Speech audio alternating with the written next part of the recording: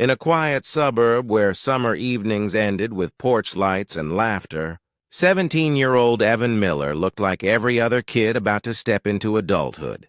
He played basketball at the park, posted clips with his friends online, and lived for the small bursts of attention that came with every like and comment. Teachers called him clever but distracted. His mother said he had too much energy and nowhere to put it. To the neighbors, he was polite, talkative, maybe a little show-off, but harmless. Evanstown prided itself on being safe, the kind of place where parents still left. Bikes on lawns and the police. Station shared space with the library. There had been no serious crime in years. So when the story finally broke, when his face appeared on every local screen, no one wanted to believe it. The smiling teen from the graduation photos was suddenly a headline, a whisper, a warning. But before that night, there was nothing unusual, only small, forgettable moments. A group chat buzzing past midnight, a dare whispered behind the bleachers, a phone camera rolling when it shouldn't have been. The seeds of disaster rarely look like disaster when they're planted. And in Evan's case, it began with laughter. It started as a game. That's what everyone said later. Just a game. Evan and his two friends, Tyler and Mason, were live streaming from Tyler's garage on a warm Friday night. The lights were dim, music low, the comments rolling in fast. Their small stream had suddenly caught attention, a few hundred viewers, laughing, spamming emojis. For Evan, that number meant everything. Every second he spent online, he felt bigger, more seen, more alive. Tyler held up his father's pistol, bragging that it wasn't loaded. Evan laughed, called him a liar, and dared him to prove it. Mason filmed, urging them to keep it going. The chat loved it. They treated danger like it was part of the joke. "Come on, man, just show it," Evan said, his grin wide, the camera light reflecting in his eyes. Then, a single sound tore through the stream, a pop so sharp it silenced everything. The camera jolted, the screen blurred, and a scream followed. Not laughter. Not anymore. Viewers thought it was fake at first, another dark prank. But the camera dropped, and when the frame steadied again, Tyler was on the ground, motionless. Blood pooled near the toolbox. Evan's hand trembled, his mouth open, but no sound came out. The comments went from emojis to panic in seconds. "Call 911. Is this real? Stop the stream!" But it didn't stop. The live kept running. Thousands joined within minutes, watching chaos unfold in real time. Evan froze, paralyzed between fear and disbelief. He whispered, "It was an accident," over and over, as if saying it enough could undo what had happened. When the police arrived, the stream was still broadcasting. The red light blinked. Evan sat against the wall, his face pale, the gun on the floor beside him. The officer reached to end the live, but by then, the video had already spread everywhere. Clipped, shared, replayed. By morning, it had a title, "Teen Kills Friend on Live Stream." The town that once fell asleep in peace now woke to sirens and reporters. The school shut down classes. Parents locked doors. And in every household, people watched that same haunting clip. The laughter, the dare, the flash, again and again. For the families, there were no words left, only questions that clawed at the edge of sanity. How could something so senseless happen so casually? How could a moment meant for entertainment turn into a tragedy broadcast to millions? Evan didn't have an answer. He just kept replaying the sound, that single, irreversible sound, echoing in his head. The investigation by sunrise, the garage was sealed with yellow tape. The quiet neighborhood buzzed with whispers and flashing lights. News vans lined the street, capturing every angle of the home that now stood as a crime scene. Inside the police station, Evans sat in a cold interrogation room. His hoodie was stained, his eyes hollow. Across the table, Detective Laura Briggs studied him. Calm, professional, but inwardly shaken. She'd seen accidents before, but this one, it was different. The camera had turned tragedy into spectacle. "Tell me what happened, Evan," she said gently. "It wasn't supposed to—" His voice cracked. "It wasn't loaded." "I thought it wasn't loaded." Briggs pressed play on the confiscated phone. The stream replayed. The laughter, the dare, the spark, and then the scream. She didn't need to ask more. The evidence spoke louder than any confession, but what disturbed her most wasn't the gunshot. It was what happened after. The 30-second delay, the moment Evan stared into the camera, whispering, "It was an accident." His eyes looked detached, almost fascinated. As the investigation unfolded, the truth began to twist. Forensics confirmed the weapon was loaded with live rounds. Tyler's fingerprints were barely on it. Evans were everywhere. Mason's footage from a second angle, one he hadn't posted, showed Evan waving the gun moments earlier, pretending to aim. "It's just for the stream," he'd said. "People love this stuff." Prosecutors called it reckless homicide. The internet called it murder for clout. The video spread faster than the police report. Reaction channels dissected every frame. Psychologists debated his expression. Some saw guilt, others saw emptiness. By the time the trial date was set, Evan's name had become a digital symbol. The teen who killed his friend live. At home, his mother refused to leave her bedroom. His father stopped speaking to reporters. Their house was vandalized with words like monster and justice for Tyler. But in court, Evans' defense claimed he was just a boy. Reckless, immature, trapped by the illusion of online fame. They painted him as a victim of the internet's hunger for shock, not a cold-blooded killer. Still, every person in the courtroom had seen the same footage. Every juror had heard the same pop. And every time they watched that moment, the laughter before it made it worse, like the world's cruelest countdown to disaster. The monster. Detective Briggs sat through the hearings, expression unreadable. She knew how these cases ended, sometimes with remorse, sometimes with rage. But Evan was different. He didn't cry, didn't plead. Sometimes he even smiled faintly when the video was played. That smirk, it became the symbol of everything people hated about him. The prosecutor noticed it too. "He laughed when his friend died," she said in her closing argument. "He laughed, and he's laughing still." The room fell silent. And for the first time, Evan's eyes lifted toward the crowd, not with shame, but something else. Something cold. What no one knew was that the judge had one last piece of evidence. A video no one had seen yet. One that would change everything. The monster. The courtroom was packed that morning, every seat taken, every breath held. Reporters sat shoulder to shoulder with townspeople, their cameras ready.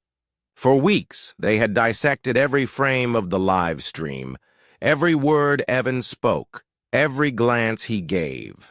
But today, the judge said there was new evidence. Evan sat at the defense table in a gray suit that didn't fit. His hair had grown out, his face pale under the harsh courtroom lights. Still, that same faint grin lingered, like he was watching a show, not living it. His mother sat behind him, trembling. Across the aisle, Tyler's parents clutched each other's hands, their faces hollow from sleepless months. Judge Raymond Keller, known for his calm and deliberate tone, adjusted his glasses. "Before sentencing," he said, "the court will review one final piece of evidence, submitted by law enforcement only last night."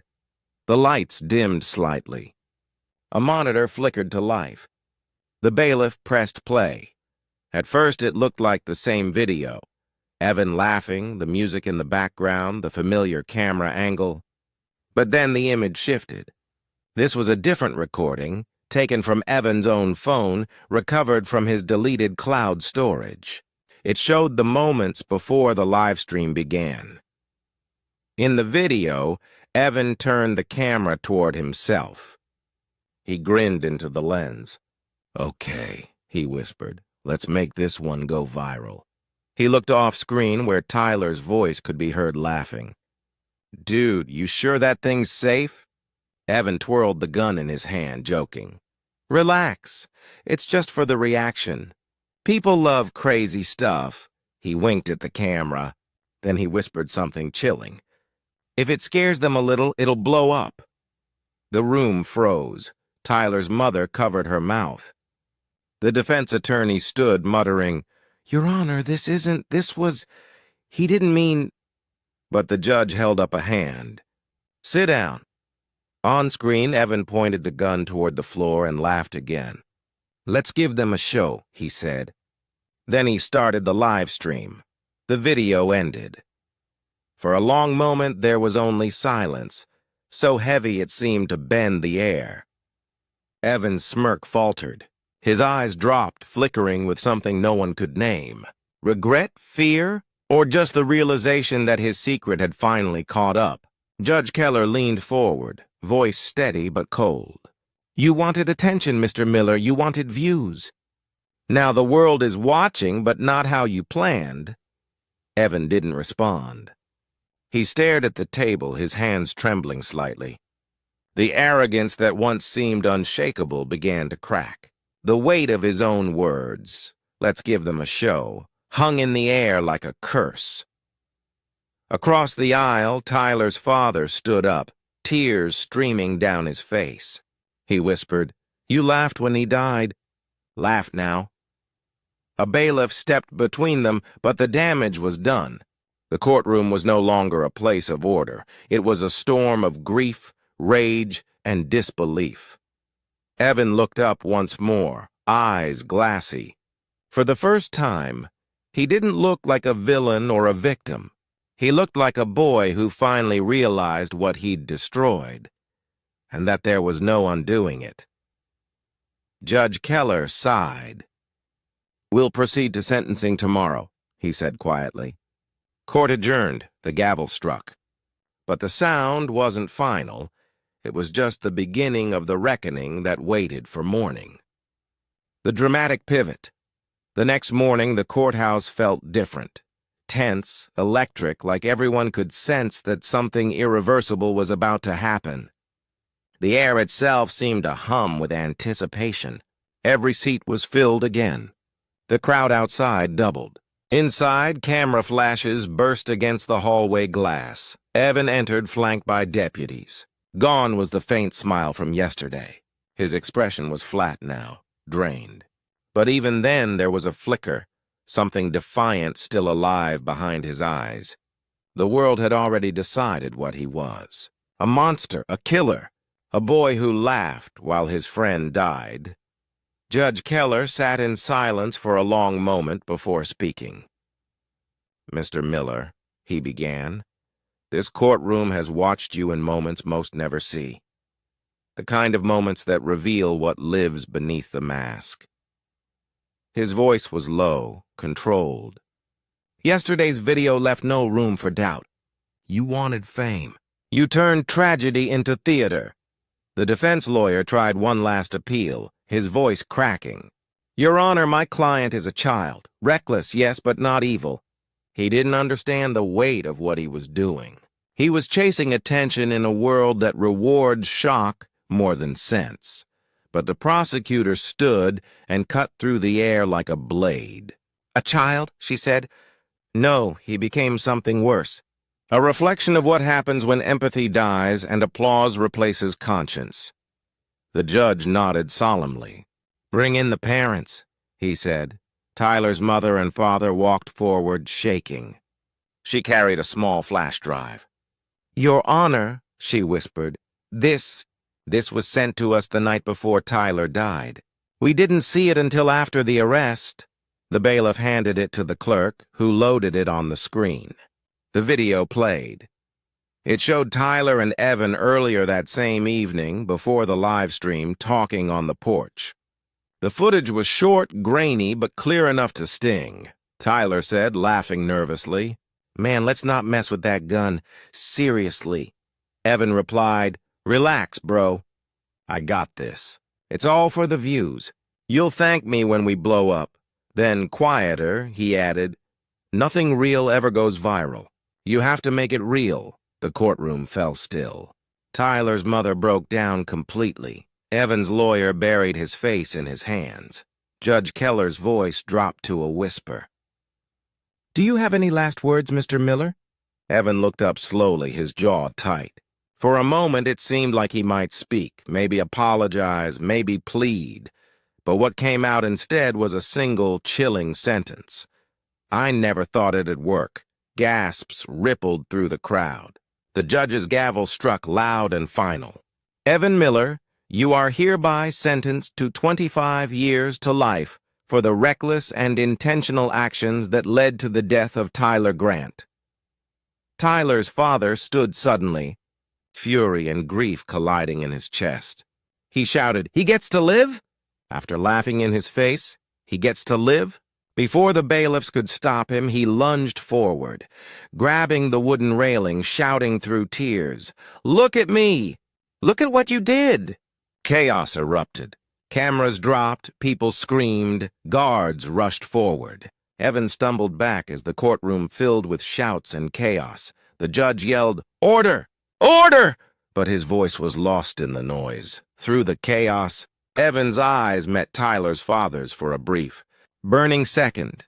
2 lives destroyed by the same moment. 2 futures erased by one pull of a trigger, and for the first time since it all began, Evan's smirk disappeared completely. His lips trembled. He lowered his head as deputies dragged him away. Outside, the cameras were already waiting. The headlines would write themselves before the courthouse doors even closed, but inside that room no one spoke. No one moved. The laughter that once filled a live stream had finally fallen silent. The monster. The reckoning weeks passed, but the echoes of that courtroom day refused to fade. The video clips, the headlines, the raw footage of chaos, they replayed endlessly across television screens and social media feeds. For the world, the story was over. For the people who had lived it, it was only beginning. Evan Miller was transferred to a state correctional facility 2 hours from town. The public called it justice. His family called it a living funeral. His mother visited once, sitting across from the thick glass barrier, staring at the boy she could no longer recognize. He didn't meet her eyes. He just traced invisible circles on the table, muttering, "It wasn't supposed to happen." The guard said he barely spoke now. No more laughter, no more cameras, only silence. Back in town, the Grant family tried to piece together something like a life. Tyler's old basketball sat untouched in the garage. His room was left exactly as it had been that morning. Bed unmade, headphones tangled, posters still taped to the wall. His father didn't talk much anymore. His mother spent her nights rewatching old home videos, the ones where Tyler's laugh filled the house. The judge, Raymond Keller, received letters from around the world. Praise, anger, sympathy, outrage. But what haunted him most wasn't the case itself. It was that phrase caught forever in that last unseen video, "Let's give them a show." Those words echoed what society had become, where empathy was entertainment and tragedy was content. Detective Briggs quietly resigned 6 months later. She said she was tired of screens turning every horror into a headline. Before she left, she visited the Grants one last time. She told them something that stayed with them long after. Justice can punish, but it can't heal. Meanwhile, the internet did what it always does. It moved on. New stories replaced the old, but that clip, that single gunshot, still surfaced from time to time, reposted, re-edited, monetized by strangers who never knew Tyler or Evan. People debated it like fiction. They argued over who was to blame, but none of them heard the silence that followed it. In prison, Evan finally asked for a pen and paper. He wrote one letter to Tyler's mother. It was short, shaky, unfinished. "I don't expect forgiveness. I don't even expect you to read this. I just want to say I understand now what I took away. The sound doesn't leave my head. I see him every night before I sleep. I used to think the world was watching me. I was wrong. Now I see who they were really watching, him. He never sent it." The letter stayed folded inside his cell Bible. Outside, on the anniversary of Tyler's death, the courthouse steps were covered with candles and flowers. A reporter asked Tyler's father if he believed justice was served. He stared into the camera, eyes empty, and said, "Justice? No. There's no justice when two lives end the same night." The broadcast ended. The candles flickered. And as the crowd dispersed, the town fell quiet again. Too quiet. Like the pause between heartbeats. In that silence, one truth lingered: justice can close a case, but it can't close a wound.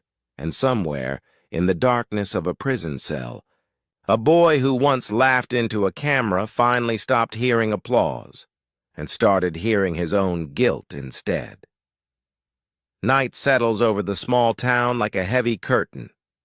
The courthouse stands quiet now, its marble steps washed in pale moonlight. The same steps where, months ago, crowds had shouted, cameras had flashed, and justice had been demanded. Tonight only the wind speaks, and even it moves softly, as if careful not to disturb what's left behind. The story of Evan Miller and Tyler Grant has become a modern ghost story, told in classrooms, podcasts, documentaries. People say it was about teenage recklessness, or the dangers of social media, or the hunger for fame that eats through conscience. But beneath every headline, every opinion, lies a truth more terrifying and more human. A tragedy born not from hatred, but from emptiness. Evan wasn't evil. Tyler wasn't careless. They were just two kids standing on opposite sides of a screen, blinded by the same illusion. That attention is the same as worth. One laughed into a camera. The other trusted the laugh. The world watched, entertained, until it was too late. Now, in a narrow cell, Evan wakes each night at the same hour, 2:47 a.m., the time of the gunshot.